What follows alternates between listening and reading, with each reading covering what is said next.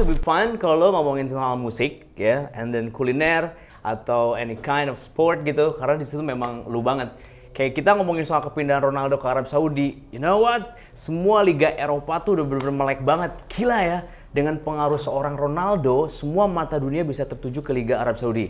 Itu tuh namanya value guys. Nah, kita ngomongin value-nya politik sekarang. Buat lo Gen Z milenial, menurut gue tuh kayak lo nggak mentok aja di kekinian banget tanpa ada mau ngomongin politik. Karena politik itu menurut gue itu mewakili semua bidang. So hari ini gue bakal invite seseorang yang menurut gue spesial. Dia adalah calon leader milenial, ketua DPD Nasdem Purwakarta. Siapakah dia? Please welcome Bapak Lutfi Bamala. Hai, Pak Lutfi, apa kabar?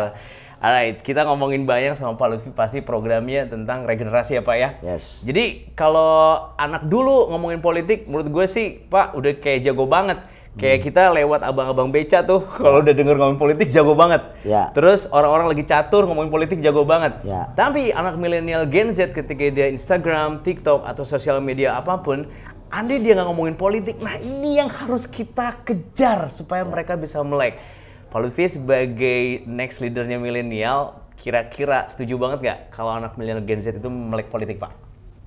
Ya hemat saya memang hari ini anak muda, kaum milenial ini udah saatnya melek politik. Harus banget ya? Harus banget. Harus banget. Karena kalau kita flashback belakang, kita flashback ke belakang bicara tentang kekuasaan. Bener Pak.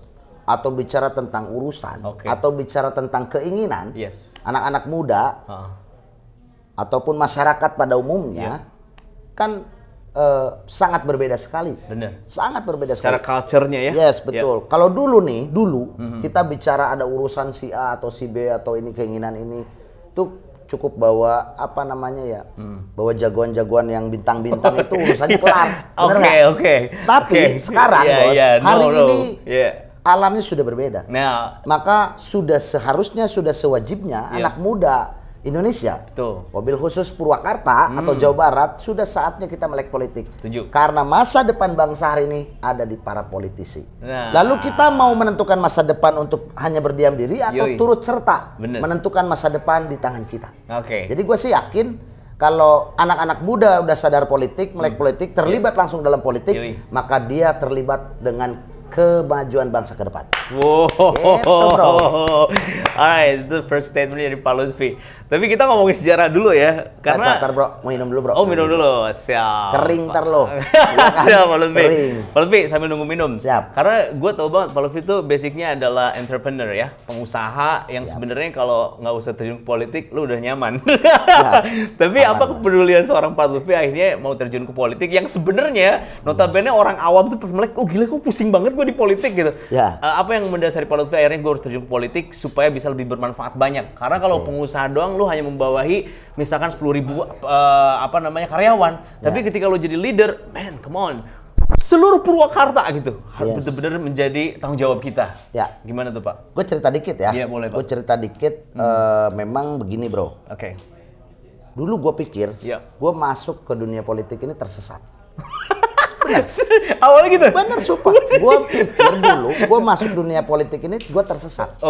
Karena tujuan gue waktu itu sederhana sekali. Karena gue pikir cita-cita orang tuh semuanya sama. Bro minum bro. Kita minum dulu ya, biar enak ceritanya. Biar santai guys ya. Lu yang nonton kita juga boleh share nanti di Instagram atau TikToknya ya. Siap. Jadi gini bro, gue pikir dulu gue masuk politik ini tersesat. Karena sederhana, pada waktu gue sekolah, gue disekolahkan oleh orang tua gue. Terus gue juga diharapkan oleh para tetua gue atau para sesepuh yang ada di keluarga besar gue. Sederhana aja sih. Bagaimana caranya hidup besok berhasil. Ya kan? Ya simple ya? Ya simple. Stepnya tuh simple aja terus gitu. Lo kalau pengen makan atau punya keinginan ya nggak susah-susah banget, lo bisa beli. Cukup aja, cukup buat beli ini, cukup kalau pengen ini, cukup aja semuanya. Nggak rugiin orang. Nggak ngerugiin orang. Nah, singkat cerita, jadi gue punya pengalaman yang memang sedikit unik. Dulu itu, sekali lagi gue ulas, gue pikir dulu gue masuk politik ini tersesat. Benar. Kenapa? Karena memang hemat kita dulu ya, mikirnya ya Pak ya? Pikir kita nih cita-cita manusia ini sama Pak. Sama semua orang, dari mulai anak band, anak skate, anak BMX, para alim ulama, para kiai, para ustadz, terus para ustadzah, terus para aktivis-aktivis, semua sama cita-citanya. Sederhana aja, muda gaya, tua kaya, mati masuk surga. Dan itu manusiawi banget. Iya kan? Umum. Semua cita-cita manusia itu sama, bro. Host juga, Pak. Betul. Host juga. Host juga. Muda kaya, muda gaya, tua kaya, mati masuk surga. 3 step tuh. Iya kan? Semua sama. Tapi semua itu perlu proses. Nah, satu ketika gue merintis usaha, gue mainkan di bidang otomotif. Cuman maklum naluri muda gue ini terlalu kencang pada waktu itu ambisinya. Akhirnya gue terpleset. Bisa karena terpleset mismanagement, atau memang karena gue terlalu belagu, atau ambisius waktu itu. Padahal posisinya pada waktu itu masih aman banget. Jadi gue pernah turun 2006 sampai 2015. Dulu gue main di dunia otomotif. Gue sempet balap gitu, Pak? Dunia balap gitu, Pak? Gue jualan. Lebih senang gitu ya? Gue lebih senang bisnis ya? Artinya ada trading, ada trading, Nah, dulu gue sempat punya showroom. Showroom, bahkan gue kan lahiran 82 nih. Di 2009 dulu gue pikir itu masa keemasan. Jadi usianya nggak terlalu tua-tua banget, tapi showroom gue dulu udah 2. Alhamdulillah. Yang pada awalnya gue nggak punya apa-apa. Gue berangkat dari rumah, gue pikir cuma dibahanin koper, itu pun minjem dari mak gue, terus dibalikin lagi. Sebelum showroom itu? Sebelum. Jadi gue bukan terlahir dari anak orang kaya, atau gue nih sadar diri aja, kita ini perintis bukan pewaris. Asik. Jadi, ya kan, keren nih. Perintis bukan pewaris. Nah, akhirnya gue coba terus berjuang, terus menekuni konsisten di urusan bisnis, karena gue senengnya usaha, jual beli dan seterusnya. Nah, lagi otomotif gitu ya? Ya waktu itu karena ya yang tadi teh akan muda gaya, jadi kayaknya kita nih anak-anak muda kalau jualan mobil kan bisa gonta-ganti mobilnya jadi pantesan gaya. Gue lihat SLK. Lu bisa buka itu. Doors, bro. Jadi apa namanya?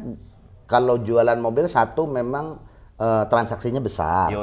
Sehingga kelipatannya cepet ya. Ya gitu. Yang kedua yaitu masuk tuh dalam genre yang muda gaya itu. Jadi gua anak muda. Di semua pasar tuh dapat gitu ya di situ gitu kan. Terus secara prestis juga keren lah ya. Nah, umur 27 tahun pada waktu itu ya kita sudah mengelola bisnis itu. Dan gue pikir gue nih orang yang antipati terhadap politik pada waktu itu. Awalnya tuh nggak aware banget ya, Pak? Cuek banget aja gitu ya? Sangat cuek, dan gue nggak peduli mau siapa pimpinannya, yang penting jualan gue laris. Iya kan begitu. Iya, otak bisnis banget. Betul. Yang kedua, satu ketika gue disentuh sama Allah nih, gue diingatkan karena dulu gue terlalu mungkin nakal banget. Sehingga lupa daratan dan terlalu ambisi. Jadi ambisi mengalahkan akal sehat itu memang ini dia. Parah loh. Dan nakalnya katanya Pak Lutfi nakal positif. Ada 2 nakal tuh, Pak, negatif sama positif. Emang ada ya? Ada. Buat lu positif, Pak. Buat lu positif. Kalau bisa diambil positif, positifnya apa? Jadi pelajaran. Jadi pelajaran, hikmah ya. Hikmahnya adalah. Nah, 27 tahun kita kelola uang yang ya cukup besar ya, di usia 27 tahun yang nggak dimodalin sama bapaknya. Kita bisa menjalin kemitraan dengan perbankan, menjalin kemitraan dengan berbagai pihak, menjalin kemitraan dengan perusahaan-perusahaan finance yang pada hari itu ya cukup lumayan, putarannya sudah di angka nolnya ada 9 lah ya. Digitnya ya. Jadi lu bayangin aja, yang tadinya kita nggak punya apa-apa, lalu kita kejar ambisi yang muda gaya tua kaya mati masuk surga itu, on the track aja gue di situ. Dan itu gue pikir gue udah di jalan yang benar. Cuman kita juga lupa ketika kita ini tidak dibarengi spiritual yang baik. Nah, hancur bro, hancur, bener-bener hancur. Kenapa? Karena memang ya karena gayanya itu akhirnya gegayaan. Jadi banyak gaya. Akhirnya kita juga diingatkan sama Allah, disentuh, akhirnya ada turbulensi bisnis. Cuman parahnya pada waktu itu gue bukan celaka di bisnis yang gue alami atau yang gue kerjain, enggak, sama sekali enggak. Gue dulu celaka malah di bisnis lain.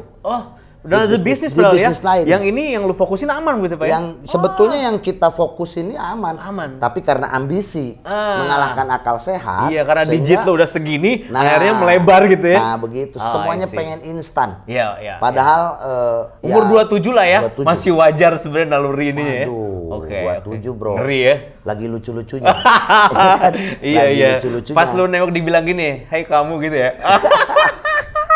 Iya, oke. Lu bayangin aja, dan gue antipati banget terhadap politik, juga gue antipati banget terhadap organisasi-organisasi.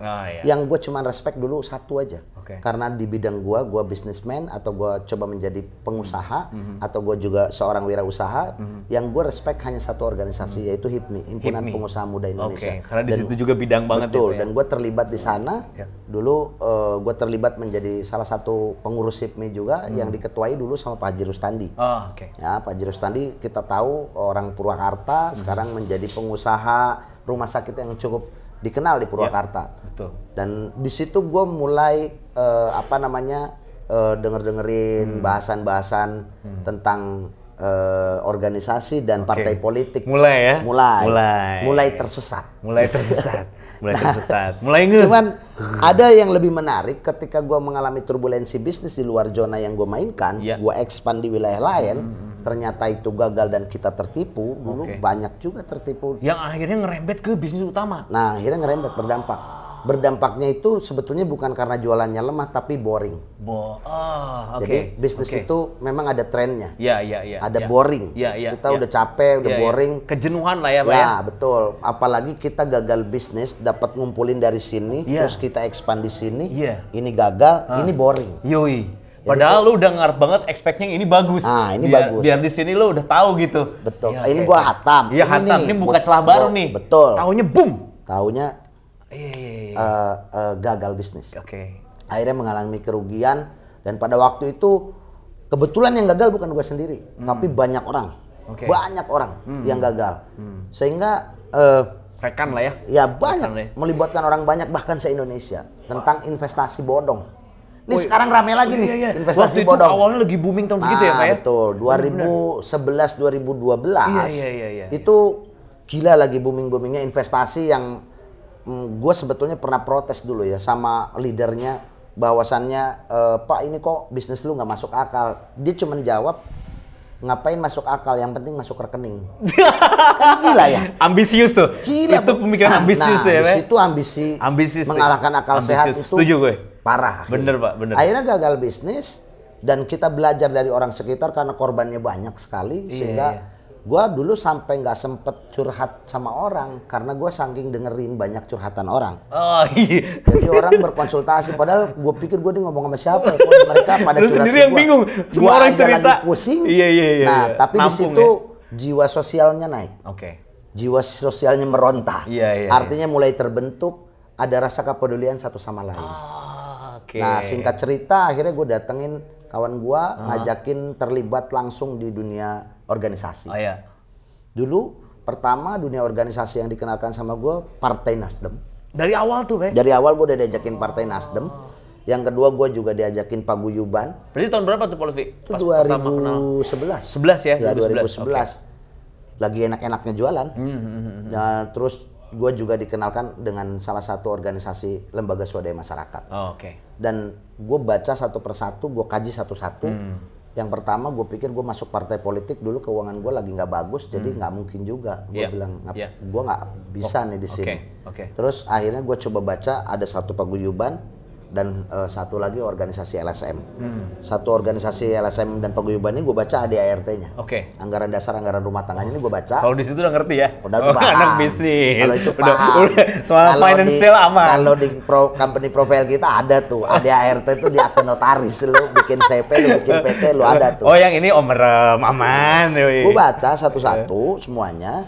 Walhasil akhirnya gue tertarik di dunia LSM. Karena menurut gua ini menarik, karena LSM itu banyaknya menjadi momok masyarakat, tanda petik. Nah, itu menjadi buat gua jadi sebuah tantangan. PR ya? Iya, jadi sebuah tantangan bagaimana caranya kita anak muda bisa merubah paradigma masyarakat terhadap LSM. Ngebalikin tuh ya. Nah, iya. Artinya coba gua ngebangun di situ komunikasi sampai gua dimarahin sekeluarga besar gua. Gua dibilang, lu gila lu salah lagi bener, ngapain lu masuk LSM? Karena konotasi mereka terhadap LSM itu preman. Waktu itu ya. Padahal gua nggak ada serem-seremnya, apa yang mana ada gua disebut preman, gua nggak serem. Gua kan imut, bro. Panggilan turun aja udah hai kamu, gila. Gini serem dari mana ini? Gitu kan. Nah, akhirnya gua tertarik, gua tertantang.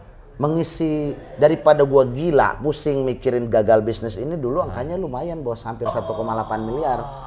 Dulu 1,8 miliar 2011 lu bayangin aja. Iya. Gila sih itu. Wah, stres juga. Oke. Nah, walhasil singkat cerita akhirnya gue masuk ke dunia LSM, coba gua dalemin dan gua banyak protes, banyak diprotes oleh keluarga besar gua karena notabene nggak ada di keluarga besar gua tuh terlibat dalam dunia LSM, nggak ada yang begitu-begitu, nggak ada. Tapi gue tertantang nih, gue pengen masuk. Lu bikin gebrakan gitu ya Pak? Akhirnya gue coba desain ya banyak juga kekurangannya. Tapi kan itu merupakan satu tantangan, dasar awal. Ya dasar awal gue, terus tantangan buat gue bagaimana caranya merubah paradigma masyarakat terhadap LSM. Be positif ya. Nah, wah lumayan prosesnya panjang sekali, singkat cerita. Nah, gue ngebentuk jaringan dari mulai kepengurusan tingkat kabupaten sampai dengan tingkat desa. Bentuk semua Pak? Kebentuk Pak. Dari atas sampai dasar gitu? Semua, sampai dengan tingkat desa. Dan tetap gue masih dimarahin juga. itu berapa tahun prosesnya pembentukan itu? Setahun setengah lah sampai lengkap ya. Jadi 2013 resmi gue menjadi ketua LSM Kompak, Komando Penegak Keadilan. Dan di dari 2013 sampai 2014 gue diomelin sama keluarga besar gue. Dibilang lu gila karena bukannya lu fokus di bisnis lu, ngapain juga lu ngurus-ngurusin orang-orang begituan dan sebagainya. Gue nggak bisa jelasin ke mereka. Nah akhirnya gue ngebentuk jaringan. Di situ juga gue ingat kita kan juga sekolah bos. Sederhana saja, cuma kunci sukses kan sederhana. Dulu gue diajarin di kampus, kalau gue petik dirangkum nih, apa sih ilmu sukses menurut para ahli ekonomi? Ekonomi. Apa ilmu sukses menurut para ahli ekonomi? 3 aja bos, kuncinya. Kalau lu nggak terbalik cara mengamati dan menjalankannya, gue pikir itu ilmu pasti sukses menurut para ahli ekonomi. Yang pertama kemauan dan kepercayaan.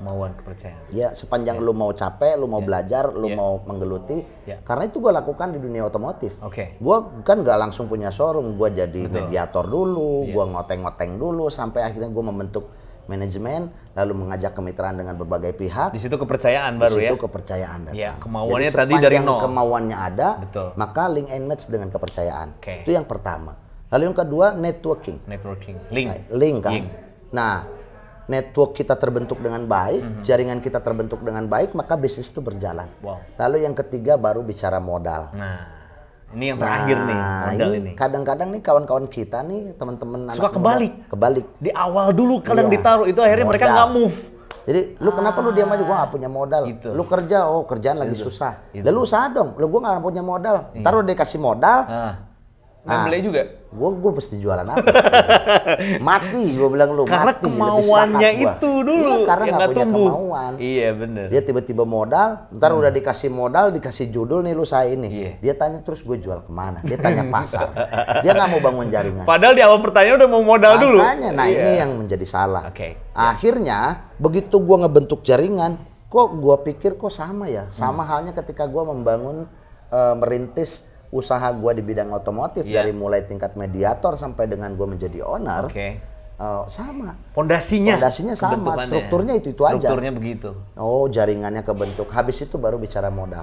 Nah, di dunia organisasi pada waktu itu gue punya kemauan merubah paradigma, gue juga punya kemauan langsung turun ke masyarakat. Nah, di situ gue tersesat. Banyak curhat, gue ngedengerin curhat orang, kok lu sedih-sedih banget sih, padahal gue juga lagi sedih banget pada waktu itu. Kalau dulu kan transparan Pak ya, oke masuk, sekarang curhat ya? Curhat, dia banyak masukin, mereka bercerita tentang kesedihan. Jarang sih memang orang curhat kebahagiaan tuh jarang. Dia curhat sama orang yang datang ke sana tuh biasanya ceritanya yang susah-susah. Sampai gue nggak punya ruang waktu untuk gue mikirin kesusahan gue. Padahal waktu itu gue lagi susah banget. Dia lagi kalau usaha lagi trennya turun banget. Dan mitra usaha gue pada waktu itu karena banyak perusahaan finansial, dia kan antipati banget terhadap LSM. Sehingga banyak yang berguguran. Sampai gue putusin gue tutup tuh yang namanya usaha otomotif.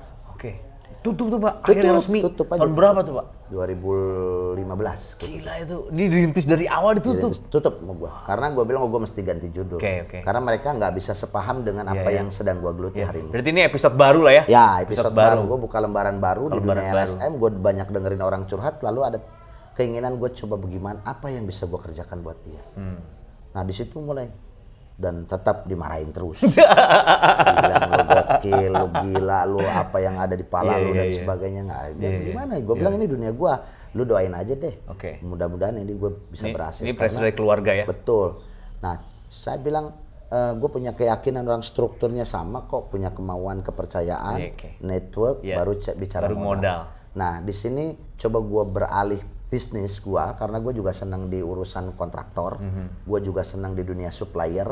Jadi waktu itu gue ngejalanin bisnis di dunia kontraktor dan supplier tuh nggak perlu adaptasi yang lama. Itu sebentar-sebentar aja karena memang rumusnya sama-sama aja. Udah tahu aja dia ngalir. Akhirnya gue ngebangun di wilayah sana. Alhamdulillah berhasil dan gue juga ngebangun dunia properti. Artinya gue bisnis perumahan juga, gue bikin perumahan permukiman buat masyarakat Purwakarta. Ya alhamdulillah Allah kasih kemudahan juga tanpa mengurangi kegiatan gue yang hari itu sedang mendalami dunia LSM. Di sana gue kembali ke Parustandi yang dunia HIPMI itu, lalu gue diajak masuk partai politik. Gue pikir gue tersesat dan semakin tersesat. Akhirnya gue masuk partai politik A, Nasdem. Udah habis itu gue juga diajak oleh penguasa Purwakarta Kang Haji Deddy Mulyadi untuk pindah ke Partai Golkar, dan ujungnya semakin tertantang dan semakin seru ceritanya, semakin banyak kemauannya. Dan lucunya lagi pada waktu itu gua bersepakat dengan seluruh jaringan gua yang ada di LSM, yang gua sama-sama besarkan dengan kawan-kawan gua, bersepakat untuk bagaimana caranya berkompetisi di Pilkada Purwakarta. Yang lucunya, gue masuk partai A, partai B, dulu kompetisi gue nggak pakai partai sekalian. Dulu tuh? Iya, waktu 2018 gue maju di Pilkada Purwakarta nggak pakai partai. Berarti itu netral ya? Sejarah baru di Kabupaten Purwakarta ada calon independen yang lahir dari masyarakat. Istilahnya itu independen? Yes, betul. Jadi nggak pernah ada tuh di Purwakarta calon independen yang lurus verifikasi di KPU. Tapi hari itu elaborasi kolaborasi antara para alim ulama dengan para anak muda, dari mulai sajadah sampai alhamdulillah. Jangan haram jadah, nggak ada yang haram jadah, semua juga alhamdulillah. Alhamdulillah. Kan akhirnya terbangun chemistry yang baik, membuat suatu gerakan besar di Kabupaten Purwakarta, melahirkan sejarah baru di Purwakarta. Ada calon pimpinan daerah yang lahir dari rahim rakyat langsung. Independen ya. Akhirnya di situ kita mulai kompetisi dan mulai melek politik langsung. Dan ternyata wah banyak banget manfaatnya. Kenapa gue masuk partai politik? Itu yang menarik. Nah ini dia kan? nih. Nah karena gue pertamanya sering dengerin orang curhat. Lalu gue timbul gagasan-gagasan. Gue punya pemikiran-pemikiran yang gue jadi ketua LSM naik di mobil komando, gue teriak-teriak juga gak ada yang dengerin bro. Maka apa caranya kita mengabulkan daripada aspirasi atau orang yang kawan-kawan kita dekat, orang sekitar kita yang dekat-dekat tuh punya kemauan tercapai. Ya satu-satunya cara adalah kita masuk langsung terlibat dalam politik praktis. Dan di momen politik praktis itu dalam artian nggak ada nilai bisnis banget gitu ya di situ ya? Nggak ada. Totally bermanfaat gitu. Gue coba pisahkan bisnis gue dengan ya. urusan dunia di organisasi. Organisasi masyarakat dengan organisasi partai politik mirip-mirip. Oke. Jadi gue coba pisahkan kepentingan bisnis gue dengan kepentingan jiwa sosial gue. Nah artinya gue langsung turun. Nah di situ timbul banyak gagasan. Gagasannya tentunya karena ya gue merasakan banget betapa susahnya teman-teman pemuda Purwakarta atau pemuda Jawa Barat atau pemuda Indonesia hari ini terkait kesusahan cari kerja. Ya kan? Terus ngomongin bisnis, mereka juga kesusahan mencari mitra usaha yang ngemodalin mereka. Investornya karena itu ya, jaringannya belum terbentuk. Nah di dunia organisasi dan dunia partai politik jaringan itu ada semua. Begitu. Bahkan sampai akhir ini kalau gue tangkap seorang Pak Lutfi yang akhirnya merasakan keberkahannya secara bisnis pun lo jalan tetap koridornya ada dengan new business ya kan, meskipun yang faktor utama bisnis dulu itu lo tinggalin ya Pak ya. Dan sekarang secara organisasi kemasyarakatan bahkan kepentingan umum dapat juga di situ. Alhamdulillah udah dapat. Banyak. Dan hari ini banyak juga gagasan gue yang belum dikeluarin ya? Bukan yang belum terwujudkan. Jadi gue nih greget. Gue greget banget. Gue punya gagasan-gagasan yang gue pikir ini maslahat untuk anak-anak muda atau banyak manfaatnya buat anak-anak muda. Salah satu contohnya yang setiap gue kunjungan tuh hampir 80% gue ngumpul sama anak-anak muda. Mereka bro atau pak atau kang, gue masukin kerja dong. Itu parah loh, banyak banget. Kenapa? Ya banyak sekali masalah yang ada timbul dalam rekrutmen tenaga kerja dari mulai oknum sampai dengan susah banget. Nah di situ gue buat banyak gagasan yang hari ini belum tercapai. Alhamdulillah dari rekam jejak yang tadi gue laksanakan dan gue ceritain singkat-singkatnya aja ke lu nih. Hari ini gue dipercaya menjadi pimpinan partai politik di Kabupaten Purwakarta. Melalui proses tunjuk langsung, nggak pakai pemilihan-pemilihan, cuman di riset, nggak tahu mereka ngerisetnya kayak apa. Gue diundang, gue diajakin kembali ke pulang kampung ke Partai Nasdem. Kenapa gue milih Partai Nasdem? Karena mau lagi bergabung dengan Partai Nasdem karena di Partai Nasdem banyak anak muda. Anak muda yang bukan hanya melek politik dan sadar politik dan mau terlibat langsung dalam politik praktis, tapi anak muda juga yang berkecimpung di dunia bisnis. Keren-keren. Got it. Nah, ini sekarang gue pengen banget seberapa gregetnya ya nggak Pak Lutfi akhirnya ngomongin gagasannya itu yang mungkin di benaknya Pak Lutfi udah banyak banget. Kita sebagai orang media tuh harus support banget nih Pak, pengen support banget gagasannya Pak Lutfi. Tapi kita tuh mungkin bakal celahnya dari awal yang mungkin dari segi kreativitas anak muda dulu deh Pak. Ya kan? Pak Lutfi kira-kira yang ingin dikedepanin setelah nanti Pak Lutfi jadi pemimpin di sini. Amin dulu bro. Milenial bro, ya enggak? Lo kalau aspirasi milenial nggak mungkin sama kolonial kan? Iya Pak. Jadi kita harus satu jalan, satu napas, satu frekuensi istilahnya kan. Oke Pak. Dari segi kreativitas nggak apa-apa ya? Nggak apa-apa Pak. Siap. Nah, gue anak media, lo anak band, ya kan? Lo pengen sukses di situ dong, di bidangnya masing-masing. Lo anak skate, lo anak BMX, lo anak apa aja komunitas ini, gue pengennya lo tetap di situ. Nah, kita berkarya masing-masing dan kemampuan. Di sini Pak Lutfi sebagai leader memfasilitasi. Gimana Pak gagasannya untuk yang pertama begini? Tentunya ketika kita punya kemauan tidak serta-merta bisa seperti membalikan tangan. Proses tentunya kemauan yang akan kita wujudkan mimpinya butuh pengorbanan, butuh perjuangan. Dan kalau bicara urusan kekuasaan, tentunya butuh kemenangan. Setuju. Jadi nggak bisa kita punya banyak impian kalau kita nggak menang. Jadi gue ngajak nih sama anak-anak muda Purwakarta, khususnya Jawa Barat dan Indonesia, bergabung dengan Partai Nasdem. Di sini partainya anak muda, dan di sini insya Allah kita bisa sama-sama mewujudkan impian kita. Amin. Catatannya kita berjuang, kita bersatu, jemput kemenangan. Kalau sudah berkuasa apa aja beres. Itu nggak perlu lagi nih gue balik lagi ke dunia LSM, gue pegang di mobil komando, gue teriak-teriak tentang kepentingan orang banyak. Tapi kita masuk dalam parlemen, kita juga kuasai di urusan wilayah kepemimpinan di eksekutifnya. Nah, Partai Nasdem membuka ini selebar-lebarnya buat anak muda. Buat anak muda Purwakarta, jadi buat anak muda Jawa Barat, buat anak muda Indonesia, dimanapun Partai Nasdem saya yakin partai yang banyak dinaungi oleh anak-anak muda. Karena memang sederhana misinya. Dulu kan kita nih antipati ya terhadap partai politik. Kenapa ujung-ujungnya duit? Nah ini di Partai Nasdem politik tanpa mahar. Lu masuk Partai Nasdem gak usah bayar-bayar. Lu masuk jadi mau nyalek di Partai Nasdem juga gak pakai bayar-bayar. Materialnya gue siapin. Ya kan? Tinggal lu aja mau bangun jaringannya, lu mau bangun kesungguhannya, lu tunjukkan kemauan lu dan bagaimana caranya menarik simpatik masyarakat supaya nanti ketika lu mencalonkan diri lu jadi pemenang. Kan begitu. Dan di sini juga partai yang mengusung tentang restorasi. Menarik bro, restorasinya di bidang apa aja nih Pak? Restorasi itu kan segala bidang. Restorasi itu yang dimaksud di Partai Nasdem, yang tadinya kurang baik dibikin lebih baik. Yang tadinya udah mulai budaya dicerahkan. Semua hal ya? Iya, artinya bagaimana caranya kita mengusung gerakan perubahan supaya Indonesia ke depan semakin hari semakin baik lagi. Nah, gregetnya, gue udah pernah nyoba bro, nyalon di independen. Memang di situ kita berasa hampa banget, berasa tidak ada kekuatan besar yang menjaga kita dalam gerakan-gerakan kita. Karena lu kayak pas jalan tuh, gitu ya, orang lain kan dengan seragam partai politiknya, terus memang semua nggak balik parlemennya juga punya orang-orang partai semua, nggak bisa. Kita maju di independen juga hari itu berjuang terus. Sekuat tenaga tentunya sama. Nawacitanya dengan orang-orang partai politik sama saja, cuman kekuatannya lain.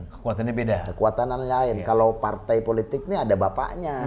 Kita nih kabupaten, terada provinsinya, terada strukturnya udah enak gitu ya. Dan itu jaringannya ke atas kuat.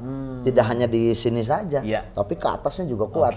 Maka gue pikir ya sudah saatnya gue mentotalitaskan diri, kiprah gue di partai politik ya, alhamdulillah gue dikasih kesempatan menjadi ketua partai politik di Kabupaten Purwakarta.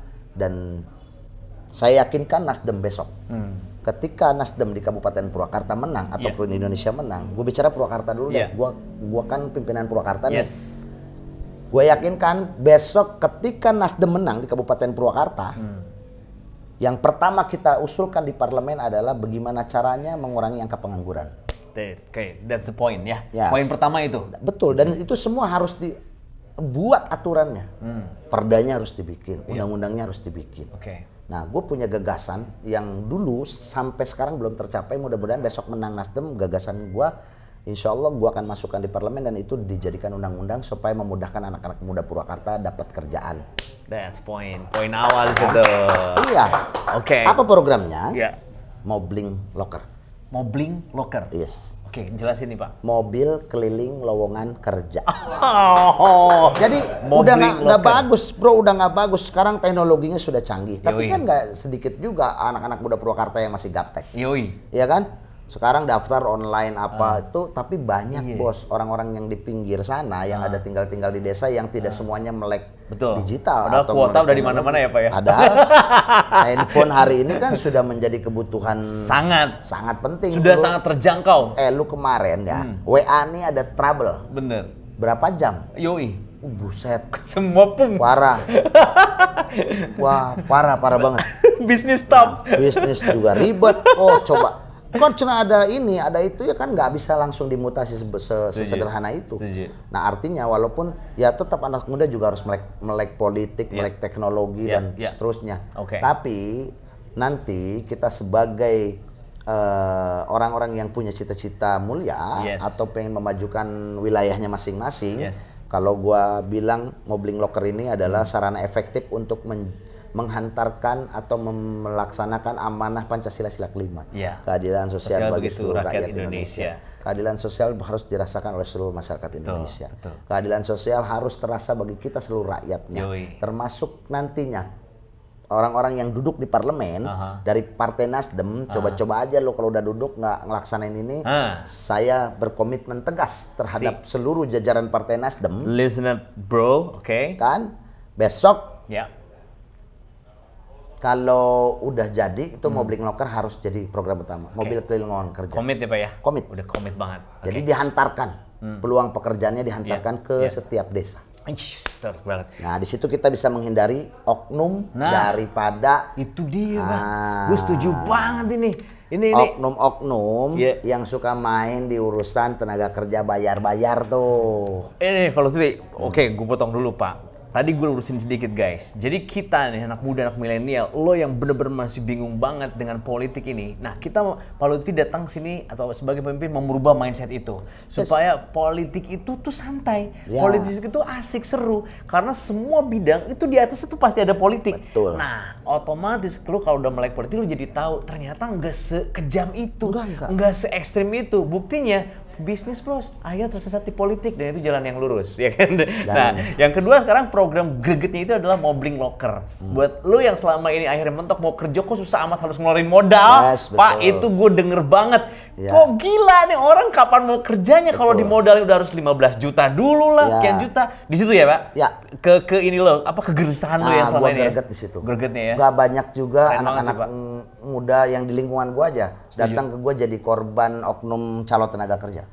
Gue sering ada yang dia udah gade ini, gade itu duitnya tuh kasihan juga nyarinya gitu ya. Dibayar lah, ada yang 5 juta, ada yang 10 juta. Gilanya lagi kontraknya cuma 3 bulan. Yang keterima. Ada yang parah, duitnya hilang kerjanya kagak. Nah ini bahaya. Maka Nasdem berkomitmen besok ketika parlemen Nasdem menang di Kabupaten Purwakarta, kita akan usulkan Mobbing Locker harus jalan di Kabupaten Purwakarta. Ke setiap daerah, ke setiap sudut. Tentunya payung hukumnya harus disiapkan lewat parlemen. Satu, kita akan mendorong pimpinan daerah. Mudah-mudahan Partai Nasdem yang menjadi tetap ada aturan di situ ya Pak ya. Amin. Yang pertama, kita akan buat peraturan daerahnya. Kita akan usulkan peraturan daerahnya bahwa harus ada ketegasan komposisi pembagian daripada kesempatan kerja. Yang pertama untuk orang Purwakarta asli. Putra daerah harus disiapkan porsinya. Didahuluin. Iya, contoh 70% untuk rakyat Purwakarta. 30% 30% oh ini NKRI bro. Boleh. Jadi siapa aja boleh masuk ke kampung kita. Boleh. Silaturahmi ya. Boleh bebas. Orang mana aja boleh masuk ke kita. Cuman selaku pemegang kebijakan ke depan tentunya harus juga memperhatikan rakyatnya terlebih dahulu. Putra daerah dulu. Putra daerahnya sejahterakan dulu. Betul. Makanya dibuat komposisi 70-30. 70 orang Purwakarta asli, 30 silahkan orang pendatang. Toh memang tren kalau gue baca di riset survei pendatang di Kabupaten Purwakarta ini nggak lebih dari 22%. Jadi tetap masih besar nominalnya luas banget. Orang Purwakarta ya. Yang pertama lu bikin aturannya itu dulu. Kita akan buat perdanya bahwa kesempatan kerja di Kabupaten Purwakarta 70% harus milik orang Purwakarta. 30% bebas. Lu online mau apa bebas. Yang kedua, sistemnya. Sistem bagaimana cara merekrut tenaga kerja. Kita ini punya dinas tenaga kerja. Kalau kita lihat nih, kayaknya programnya itu aja, padahal anggarannya miliaran loh. Serius Pak? Serius, lu cek aja, lu kan ada wartawan-wartawannya juga kan. Ya lu tanya deh. Ntar gue tanyain Pak. Gue tanyain Pak. Ya kan anggarannya besar itu.